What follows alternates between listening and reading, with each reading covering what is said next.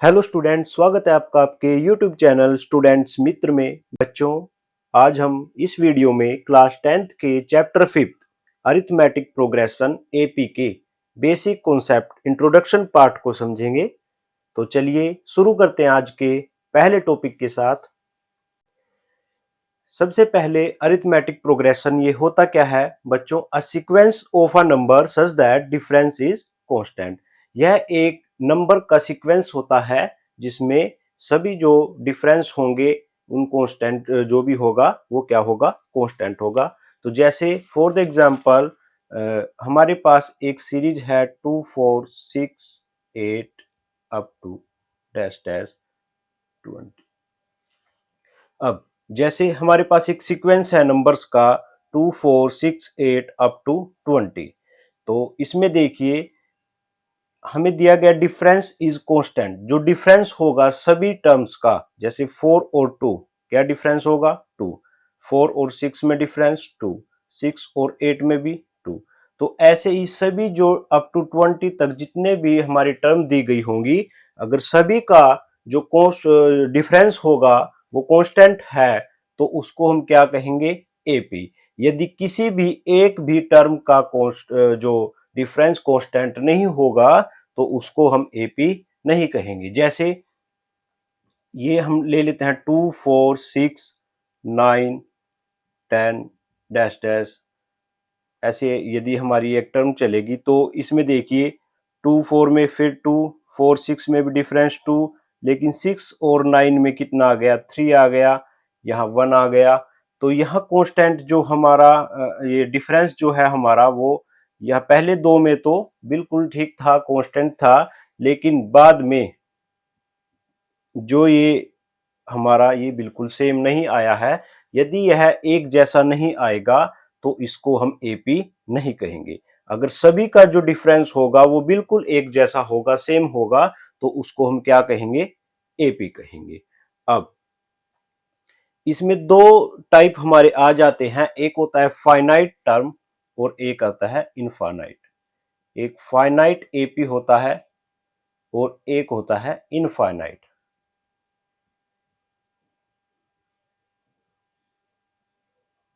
अब ये फाइनाइट और इनफाइनाइट एपी ये क्या होता है? अब देखिए हमने दो एग्जांपल लिए हैं।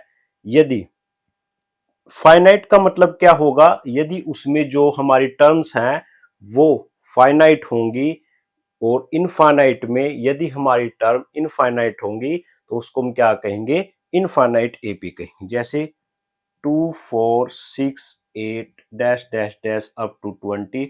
यहां हमारी फाइनाइट में दी गई है बी 20 से कम होंगी, 2 से लेके 20 के बीच में है, तो ये बिल्कुल फाइनाइट में है, तो इसको फाइनाइट एपी कहेंगे। यदि 2 4 6 8 dash dash dash dash last में हमें कोई ऐसी टर्म नहीं दी गई है तो ये हमारी इनफाइनाइट हो गई, इसमें हमारा कोई फाइनाइट नंबर नहीं आया है।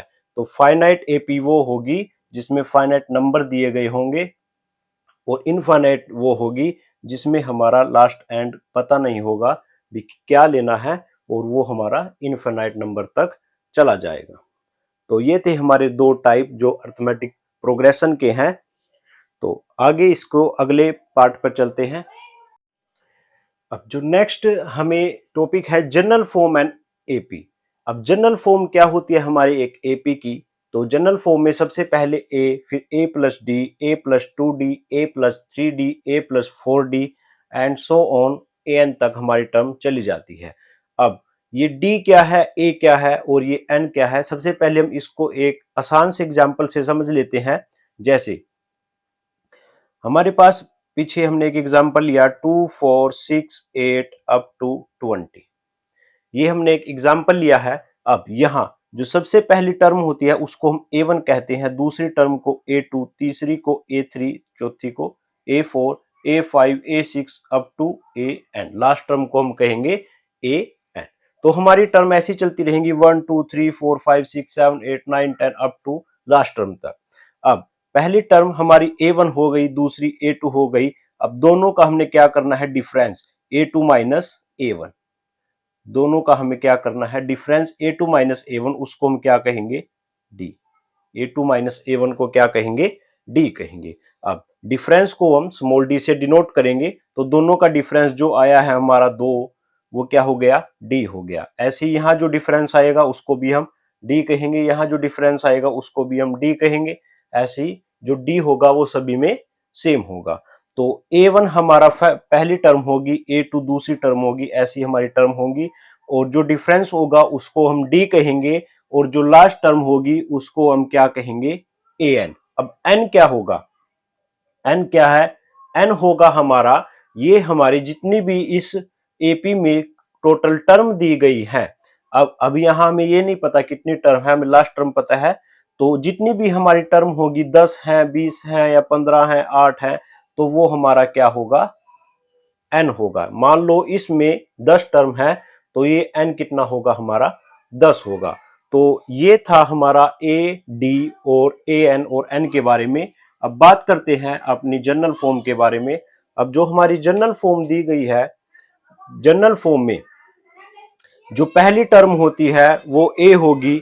अब पहली A, दूसरी A प्लस D, तीसरी A प्लस 2D, और अगली फोर्थ होगी हमारी A प्लस 3D। अब ये क्या होगा, जैसे हमें पहली टर्म दी गई है A, यदि हम उसमें कॉमन डिफरेंस को जोड़ देंगे तो हमारा क्या आ जाएगा, दूसरी टर्म आ जाएगी। यदि हम दूसरी टर्म में फिर कॉमन डिफरेंस को जोड़ेंगे तो अगली टर्म आ जाएगी, इसमें फिर कॉमन डिफरेंस को जोड़ेंगे तो ऐसी हमारी नेक्स्ट टर्म आती जाएगी। जैसे हमारे पास यदि A दिया गया है,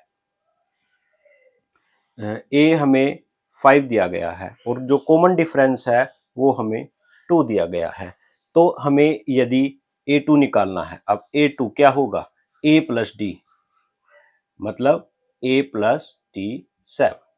अब A3 निकालना है, तो A3 क्या होगा, सेकेंड टर्म में हमें क्या जोड़ देना है, D जोड़ देना है। जैसे यहाँ A प्लस 2D है, अब A प्लस 2D का मतलब क्या है, A plus 2D, A plus D into plus D। अब A प्लस D क्या है, A प्लस D हमारी जो है ये पहली वाली टर्म है A2 प्लस D। हम इसको दोनों तरीकों से कर सकते हैं, हम A प्लस 2D भी कर सकते हैं। जैसे A हमारा 5 है, तो 5 प्लस 2 इंटू D, तो 2 इंटू D, मतलब 5 प्लस 4, तब भी 9 आएगा। यदि हम A2 कितना है, 7 प्लस D 2, तब भी क्या आएगा, 9। यदि हम इसमें इस फॉर्मूले से भी चलेंगे, A plus 2D 3D 4D, तब भी हमारा वही आएगा।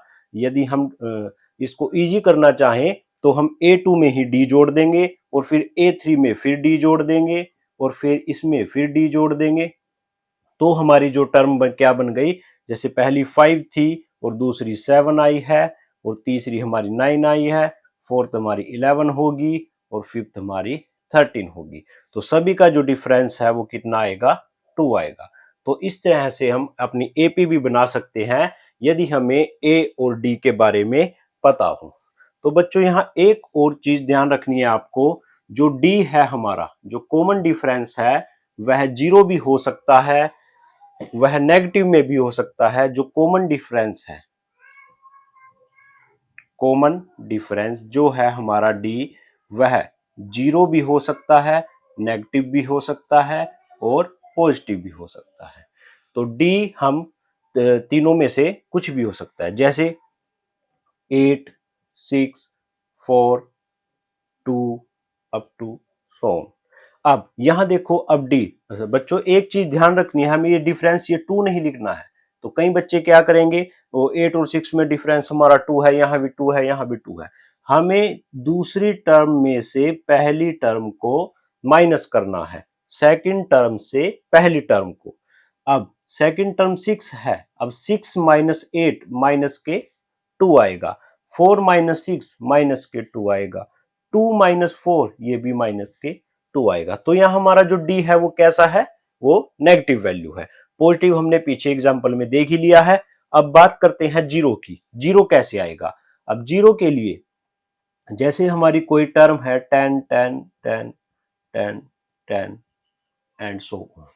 अब हमारी एक सीक्वेंस दिया गया है। अब यहाँ 10 माइनस 10 ये भी जीरो, ये भी जीरो, ये भी जीरो, और ये भी जीरो। यहाँ भी सारे जो होंगे हमारे जीरो होंगे। तो इसलिए हमारा जो कॉमन डिफरेंस डी है वह जीरो भी हो सकता है, नेगेटिव भी हो सकता है और पॉजिटिव भी हो सकता है। अब अगले टॉपिक पर चलते हैं। अब हम फाइंड करेंगे जो ए एन होगा, हमारा लास्ट टर्म होगा। हमारे दो फॉर्मूले यूज होंगे एपी में, एक ए एन का फॉर्मूला जिसमें हम लास्ट टर्म को फाइंड करेंगे, और एक होगा एस एन का फॉर्मूला जिसमें हम एपी के सम को फाइंड करेंगे। तो वन बाय वन हम दोनों फॉर्मूलों को समझते हैं। तो सबसे पहले हम बात करते हैं ए एन फॉर्मूले की। तो ए एन का फॉर्मूला जो होगा हमारा A one plus N minus one into D. अब ये है हमारा ए एन का फॉर्मूला, जिस ए एन को हम क्या कहेंगे, last term. Last term find करने का फॉर्मूला होगा हमारा, वो होगा A one plus N minus one into D. अब जैसे हमें कोई टर्म दी गई है 10, 20, 30, 40 डैश डैश डैश डैश। अब हमें फाइंड करना है भी इसकी जो लास्ट टर्म होगी वो क्या होगी। लेकिन इसमें हमें देखिए बच्चों 1 2 3 4, अब हमें फोर आइटम्स इसमें दी गई है। ए एन है, ए वन है, एन है और टी है। यदि हमें वो एक चीज पूछे भी ए एन को फाइंड करो, तो हमें ये तीन चीजें हमें पता होनी चाहिए। या ए वन पता करो, एन पता करो या डी पता करो। तो चार में से एक चीज को वो पूछेगा और तीन चीज को वो गिवन रखेगा। अब यहाँ हमारा ए वन भी हमें पता है और डी भी हमने पता है। ए वन हमारा 10 है और डी भी हमारा 10 है। लेकिन अब ए एन को फाइंड करना है तो एन भी हमें पता होगा। यदि एन उसने दी है 50, एन कितना दिया है 50। अब पूछता है ए एन को फाइंड करो। अब ए एन क्या होगा, ए वन कितना है 10 प्लस एन, एन कितना है 50, 50 माइनस 1, और डी कितना है हमारा 20 माइनस 10। तो ये कितना हो गया 49 इंटू 10। तो ए एन कितना आ गया हमारा 500। तो ए एन की कितनी वैल्यू आ गई 500।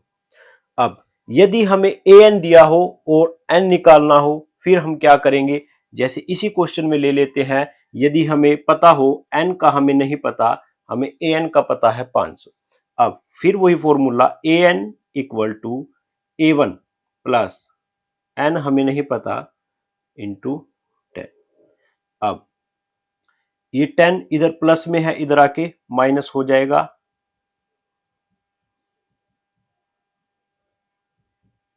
तो 490, अब 10 इधर डिवाइड में आ जाएगा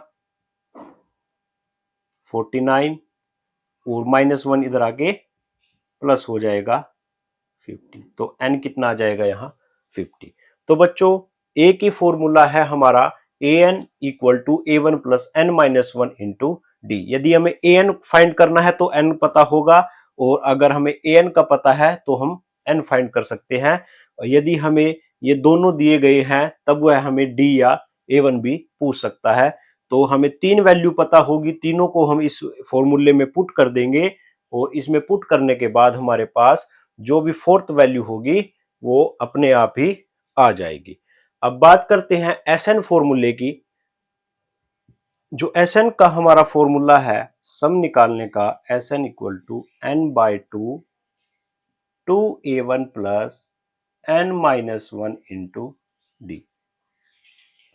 एस एन का formula N by two A one plus N minus one into D. सभी टर्म वही है, एन भी वही है। कितनी टर्म दी गई है, ए वन फर्स्ट टर्म होती है और डी हमारा कॉमन डिफरेंस है। बस यहाँ ए एन की जगह अब हमें एस एन दिया है, जो क्या होगा सम। एस एन को हम क्या कहेंगे, सम ऑफ टर्म। अब यदि हमें कोई भी term 3, 6, 9 up to dash dash dash, ये ले लो भी, हमें एन हमें up to 20 term, up to 20 term. अब हमें यहाँ ए वन कितना है 3 दिया गया है, और जो डी है हमारा वो भी 3 है, और एन हमारा 20 दिया गया है। तो एस एन के फॉर्मूले में हम इसको पुट करते हैं। एन हमारा 20 है, तो 20 by two A one plus n-1 into D, ये 10 से डिवाइड हो गया, 6 प्लस 19 इंटू 3,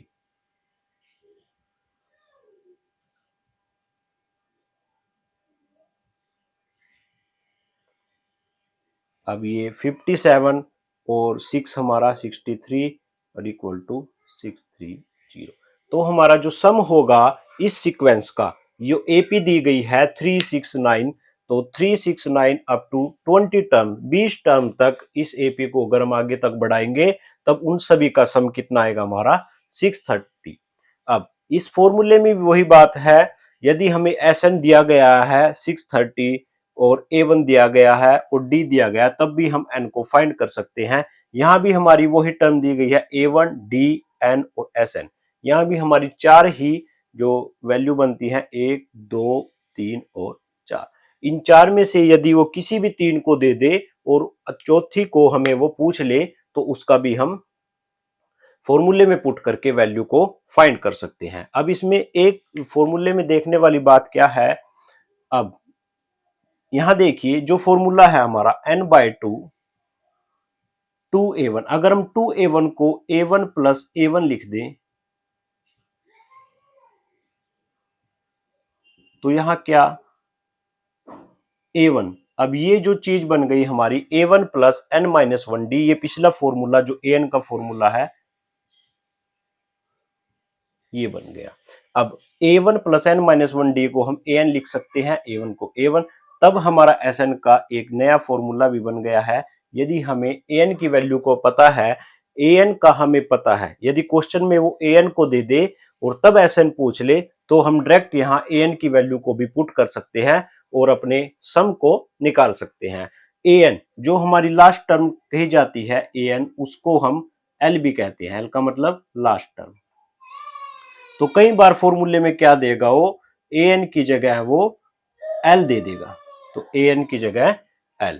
तो जो हमारा फॉर्मूला होगा वो n/2 a1 प्लस l भी होगा, l भी हमारी लास्ट टर्म है, an भी हमारी लास्ट टर्म है। तो इससे भी हम फॉर्मूले को यूज करके सम को निकाल सकते हैं। तो इस जो चैप्टर में हमारे पास यही दो फॉर्मूले यूज होने हैं, एक an का फॉर्मूला यूज होना है, एक sn का फॉर्मूला यूज होना है। तो जो अगली जो दो एक्सरसाइजें हैं हमारी, एक में an का फॉर्मूला यूज है और जो नेक्स्ट लास्ट एक्सरसाइज है उसमें SN और AN दोनों को मिक्स करके दिया गए हैं क्वेश्चन। तो बच्चों जो हमारा बेसिक पार्ट था, इंट्रोडक्शन पार्ट था, वो बस इतना ही है। इतना ये आसान चैप्टर है और हमने जो इंट्रोडक्शन पार्ट में हम पहले अर्थमेटिक प्रोग्रेशन की सीरीज को समझा, ए क्या होता है, एन क्या होता है, डी क्या होता है, और उसके बाद जो दो फॉर्मूले हैं इसमें, एक एन का फॉर्मूला है और एक हमारा एस एन का फॉर्मूला है, दोनों को हमने यूज कर लिया है। तो इसी तरीके से हमें आगे कोई एक्सरसाइज में सभी क्वेश्चनों को आसानी से कर लेना है। तो यहाँ हमारा इंट्रोडक्शन पार्ट खत्म होता है और सभी क्वेश्चन देखने के लिए हमारी अगली वीडियो को भी जरूर देखना। तो अगर आपको वीडियो अच्छी लगी है तो लाइक करें, शेयर करें, सब्सक्राइब करें और बने रहे हमारे यूट्यूब चैनल स्टूडेंट मित्र के साथ। Thank you.